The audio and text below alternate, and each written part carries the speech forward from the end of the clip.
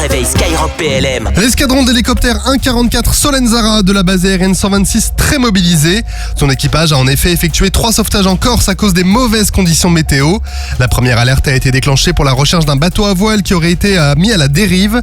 Après des recherches qui n'ont hélas rien donné, l'équipage a été mobilisé pour un deuxième secours qui consistait à porter assistance à 2 personnes en difficulté au pied des falaises de Pertusato près de Bonifacio. Après la récupération des 2 personnes par treuillage, l'équipage s'est une nouvelle fois déployé pour évacuer une personne âgée sur son voilier qui était prise par les vagues et qui se rapprochait dangereusement des rochers. Une autre opération de treuillage a été réalisée, cette fois pour déposer les sauveteurs plongeurs héliportés sur le voilier, ce qui a permis de secourir la victime. 3 fusiliers marins ont représenté la force maritime des fusiliers marins et commandos parmi la délégation française qui participait à la marche de Nimègue. Cette marche traditionnelle aux Pays-Bas consiste à parcourir 160 km en 4 jours en treillis ranger et sac lesté de 10 kg pendant 8 à 10 heures par jour. Elle est réputée pour être la marche la plus difficile du monde.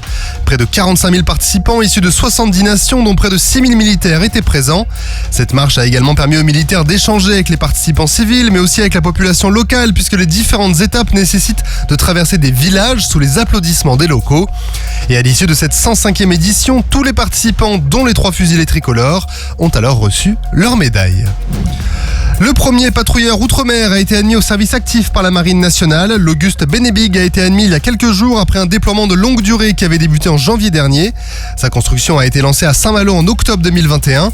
Le bâtiment a ensuite été transféré à Boulogne-sur-Mer pour son armement avant de rejoindre Brest pour ses essais de qualification. Il a ensuite mis le cap en janvier dernier vers le canal de Panama pour voguer vers la base navale de Nouméa qui est son futur port d'attache. Une fois en Nouvelle-Calédonie, l'Auguste Benebig a fait l'objet de nouveaux essais en mer pour éprouver ses capacités militaires. Il est notamment équipé d'une capacité de communication par satellite et du système de mini-drone aérien embarqué de la Marine nationale, baptisé SMDM. Il possède un armement dit léger avec un canon téléopéré de 20 mm et 4 mitrailleuses. Il assurera des missions de souveraineté et de protection des intérêts nationaux dans les espaces maritimes ultramarins de l'Indo-Pacifique. Le second patrouilleur outre-mer sera lui affecté à Papeete dès qu'il sera livré à la Marine nationale sous de courtes échéances. La Direction Générale de l'Armement a réceptionné le dernier lot de 10 véhicules tactiques VT4 au standard 2. Cette réception clôture le calendrier de livraison mis en place pour la loi de programmation militaire. 4 380 véhicules VT4 ont été livrés aux 3 armées, au service de l'énergie opérationnelle, au service interarmé de munitions et à la garde nationale. Le VT4 est un véhicule de commandement et de liaison léger et polyvalent, non blindé, qui est conçu pour embarquer 5 soldats. Il permet d'assurer le déplacement rapide des militaires sur tous les types de terrains, que ce soit sur le territoire national pour l'opération Sentinelle par exemple, et sur les théâtres d'opérations extérieures stabilisés. Le Standard 2 offre lui de nouvelles fonctionnalités qui lui permettent notamment d'intégrer des systèmes d'information et de communication et d'être projeté sur des théâtres. Il est également conçu pour être aérotransportable.